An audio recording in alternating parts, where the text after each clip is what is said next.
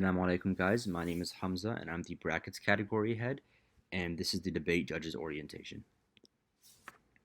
So for the primary point of contact, so for right now and on missed weekend as well, the vast majority of our communication is going to be through the WhatsApp group, and I think all of you guys are already in that, so that's good.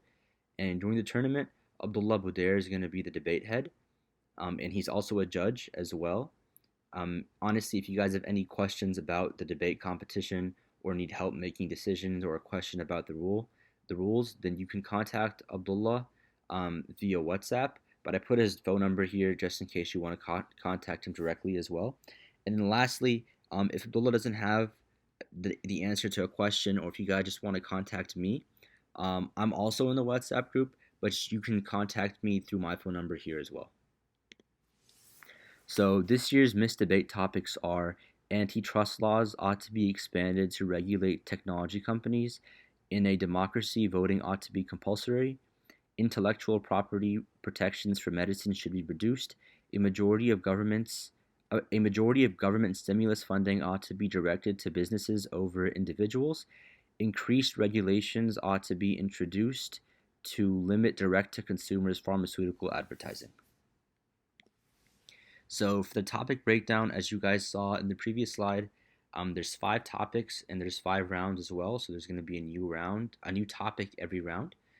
For the first 2 prelim rounds, there will be no eliminations. So competitors are guaranteed at least 2 debates, inshallah. In the prelim rounds, if there's an odd number of competitors, one competitor will be randomly selected to sit out of the first prelim round, and then in the second prelim round, they'll be put in, and another randomly selected debater will be pulled out. And then after that, the top 8 scores from the first 2 prelim rounds will move on to the quarterfinals. And then from there, the top 4 will move on to the semifinals, and then the top 2 will move on to the finals. So some of the debate basics are that there's a maximum of 2 competitors per team. What I mean by team is high school. So if a high school has 2 competitors competing in missed, that just means they're going to be independently representing their school. So debate is an independent competition, and there'll be no teamwork in debate. So competitors will be involved in a one-on-one extemporaneous style discussion against one another. One of the competitors assumes the role of the affirmative, who argues in support of the debate topic, and the other competitor assumes the role of the negative, who argues against the debate topic. So both competitors are allowed structured time slots to state their arguments, question one another, offer rebuttals, and then express their final thoughts on the topic. During the final rebuttal speeches, debaters may not bring up any new arguments or new evidence except in direct refutation of material which has already been presented. So basically, in the final rebuttal, debaters can't bring up new points or new evidences to back up new claims that weren't already mentioned previously in the debate. And competitors may use notes and outlines. They may use notes and outlines during the competition, which may be referred to at any point during the debate and should be used to provide factual data and information that will enhance one's argument. Searching the internet for any form of information during the round is not permitted. So basically, any research, evidence, anything like that that is done before the debate round begins is all fair game during the debate. They just can't be searching for new material in the round they're competing in, and they especially can't be on the internet during that round. I do believe that after a round is over, so for example, after prelims, if they in between prelims and quarterfinals, if they want to do more research for the topics, they can, but they just can't do it while they're mid round. Debaters will speak only when called upon by the judges, and debaters shall not use profane or offensive language, obviously. So for the debate structure, there's a lot of writing here. I'm not going to read all of it, and I'm sure most of you guys are familiar with this, but you can go back to the the rule book, and you can read all of this in detail, and I'll send that in the WhatsApp group as well, but I'll cover this really briefly.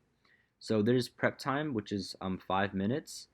Um, I know it says there's 5 minutes of silent preparation time for the entirety of the round, but then it does say that competitors can have 2 to 3 minutes of prep time in between each of these sections as well. So I'll have to clarify what that means later on. But so after the prep time, there's the affirmative constructive, which will last 6 minutes. Then there's the negative cross examination, which is 3 minutes. Then there's the negative constructive, which is 7 minutes. Then there's the affirmative cross examination, the affirmative rebuttal, the negative rebuttal, and the affirmative second rebuttal. So the criteria that you guys will be judging on will be on a rubric, and it'll be online this time, so it won't be like a paper rubric. But you'll be looking for analysis and organization, logic and evidence, debate skills, style, oration, tone, speech, and lastly, refutation. You can see an example of the debate ballot over here. As you can see, not all of the criteria are weighted the same. So, for example, refutation and logic and evidence are weighted the most heavily, 25 points, and style, oration, tone, and speech is weighted at only 10 points. So, ballots are to be kept secret only to the judge and the category head.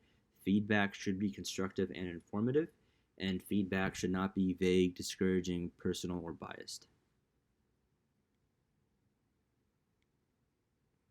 So here's some feedback tips. Leave at least one positive comment and one constructive comment. I'm sure you guys are more than aware of what this looks like, but some examples of good feedback, of positive good feedback, are great job connecting your conclusion to your intro, really helped me see the big picture. A bad example of good feedback would be great job. And then a good example of negative feedback would be you know your facts, but you may want to look for more convincing evidence. And then a bad example of negative feedback was you should talk slower. So what's next? This is an old PowerPoint, but you guys have already joined the WhatsApp group. If you guys can confirm your weekend availability with me, I know some of you guys are only available on one day, so just go ahead and confirm that with me, and then on Thursday or Friday, I will send out the specific like assignments onto like which room you'll be in and which judges you'll be judging with. Um, and then look out for any more updates from me. The weekend schedule is on the Mist Instagram, but I can send that in the WhatsApp group as well. And then judging assignments I already mentioned, I'll be sending those out soon.